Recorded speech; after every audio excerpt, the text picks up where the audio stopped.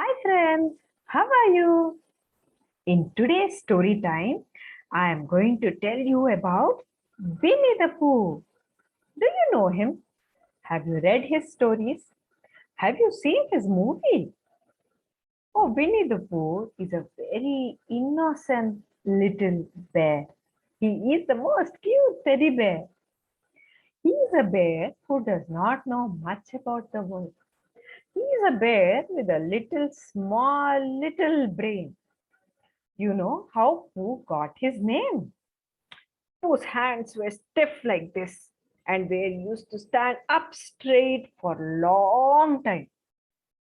What would Pooh do when there is a fly sitting on his nose or on his hand? He would just poo it off. So he's called Winnie the Pooh. Interesting, right? Pooh loves honey. He would do anything to get honey to eat. He also has lots and lots of friends. His best friend is Christopher Robin. He is a human like you. His next best friend is Piglet. It is a piglet indeed. It's a small pig. And they both are very, very good friends. His friend is Eeyore. Eeyore is a donkey. Then there is Tigger. It's a little tiger. Then there is a mama kangaroo known as Kanga, and there is a baby kangaroo known as Roo. Interesting, right? Both of them together make kangaroo. Winnie the Pooh stories tell us something about life, tell us something about fun, tell us something about our feelings in a very, very interesting way. Today, I am going to read you this book. This book is not about Winnie the Pooh, but it is about the piglet. Shall we get into the story now? Meet Piglet.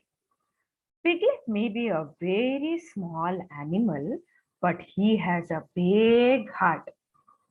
Known to be a tiny bit anxious sometimes, he tries very hard with everything he does, especially when practicing writing his own name. Do you see how he writes his name? Piglet. It should have been Piglet. Being small, Piglet likes to have company. This often means holding Winnie the Pooh's paw just to be sure of him, for Pooh is his very best friend. In this book, you too can keep Piglet company and learn all about some of his big adventures.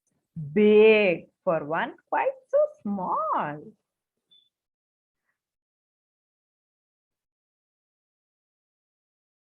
This is a book with the title in which we read about Piglet.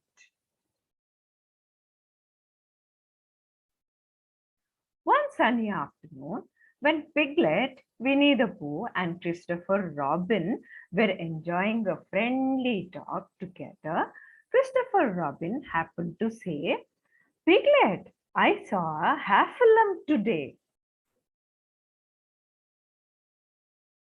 Piglet felt a little uneasy, but wanted to sound as if he knew what Christopher Robin was talking about.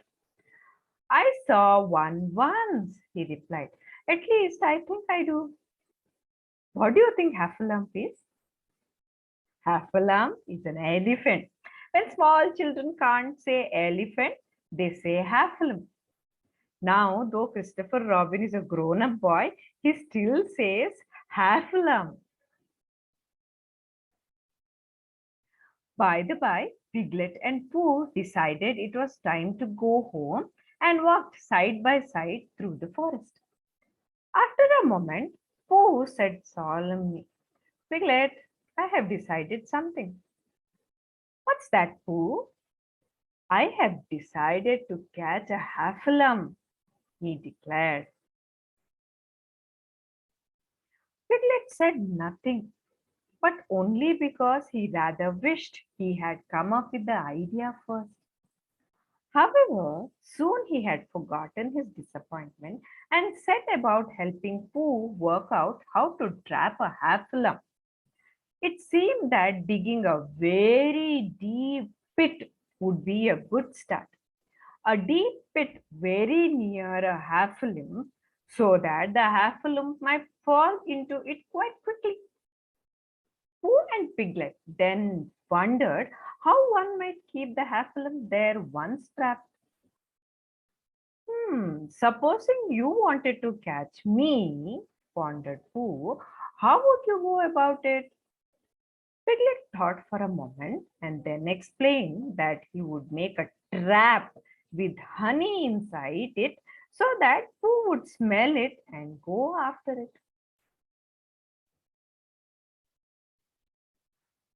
And so, before Pooh became too lost in his dreams of that sticky honey smell, Piglet sent him to fetch some honey while he set about digging a deep pit. Pooh went home to find only one pot of honey left in his shell. Surely he had some more? Oh well, never mind. This would have to do, he thought.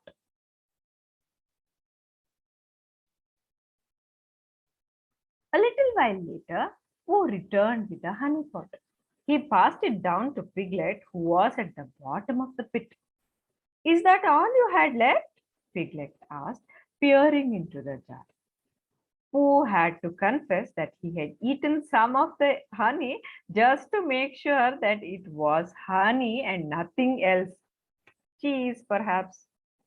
Piglet left the jar at the bottom of the pit, and the two friends said good night, agreeing to meet early the following morning to see how many half lumps they had caught in that trap. That night, Pooh woke up suddenly with a funny feeling in his tummy. He knew what that funny feeling meant. He was hungry. So he went to the ladder to reach up for the jar of honey, but found nothing. Who was rather muddled and walked up and down and murmuring in a puzzled sort of way. Before he remembered that he had put his last pot of honey into the trap to catch the half-lump. Bother, he said and went back to bed. But Pooh couldn't sleep, and after trying counting sheep, he tried counting half-lumps. But that was no good either. He jumped out of the bed and ran straight to the spot where the very deep pit had been dug. There at the bottom was his jar of honey, and although he had already eaten most of it, there was a little left at the bottom of the jar. He pushed his head into the jar and began to lick. Meanwhile, Piglet woke up, his mind still a bit of a whirl with Halflim's wanderings. Like, what if Halflims didn't like Pig very much? And other such worrying thoughts. He confronted himself with the knowledge that Pooh would be with him. But perhaps Halflims didn't like bears either. He decided to be brave and check the trap for happiness.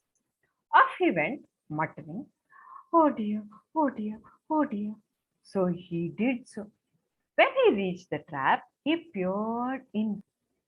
At that moment, a loud roaring noise arose from the pit, and Piglet, as frightened as a little pig can be, scampered away. "Help, help, help!" he cried. "A terrible half-lump! Help, help! A foldable head lump!" And he didn't stop until he got to Christopher Robin's house.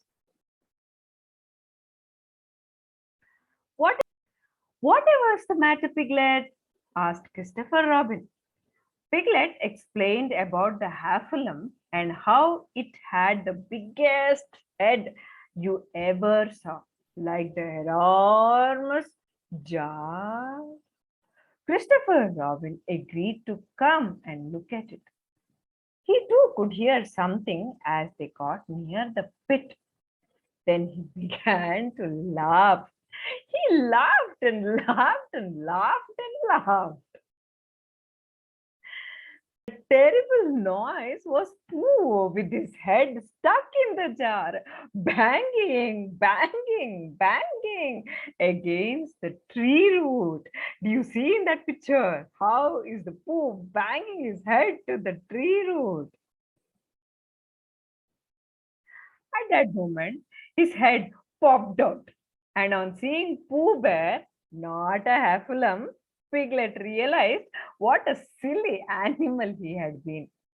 He felt so very silly that he ran straight home to bed with a headache, while Christopher Robin and Pooh shared a loving chuckle before setting off to have breakfast together.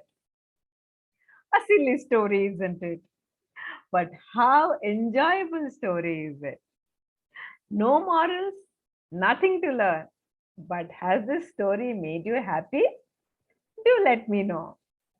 Now, a little fact about Piglet. He lives in the middle of everything. Piglet lives in a grand house in the middle of beech tree, which is in the middle of the forest. Piglet's grandfather was called Trespassers William. Very weird name, isn't it? Next to Piglet's house is a board with Trespassers W written on it, short for Trespassers William, which Piglet thinks was his grandfather's name. When you go outside, have you seen this board that says trespassers will be prosecuted? It is one such board which has got rest everything cut and it has only trespassers W. And how has Piglet thought about it? Next fact. Sometimes Piglet feels very afraid, for it is hard to be brave when you are only a very small animal. But sometimes being small makes him very useful. And when one's very useful, one forgets to be frightened. Piglet is an excitable fellow, especially when tracking woozles with Pooh, or indeed weasels.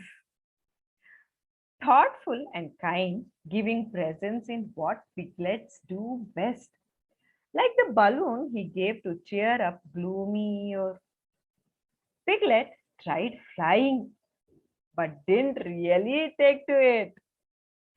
Now we know what should be our next reading. 1. Why did Piglet give Eeyore a balloon? Second, what adventure did they have when Piglet and Kanga together tried to fly? Will you find that book and read it? I'm sure you'll have a lot of fun with that story. Please do subscribe to my channel for more such interesting and pleasant stories. Until next time, bye bye.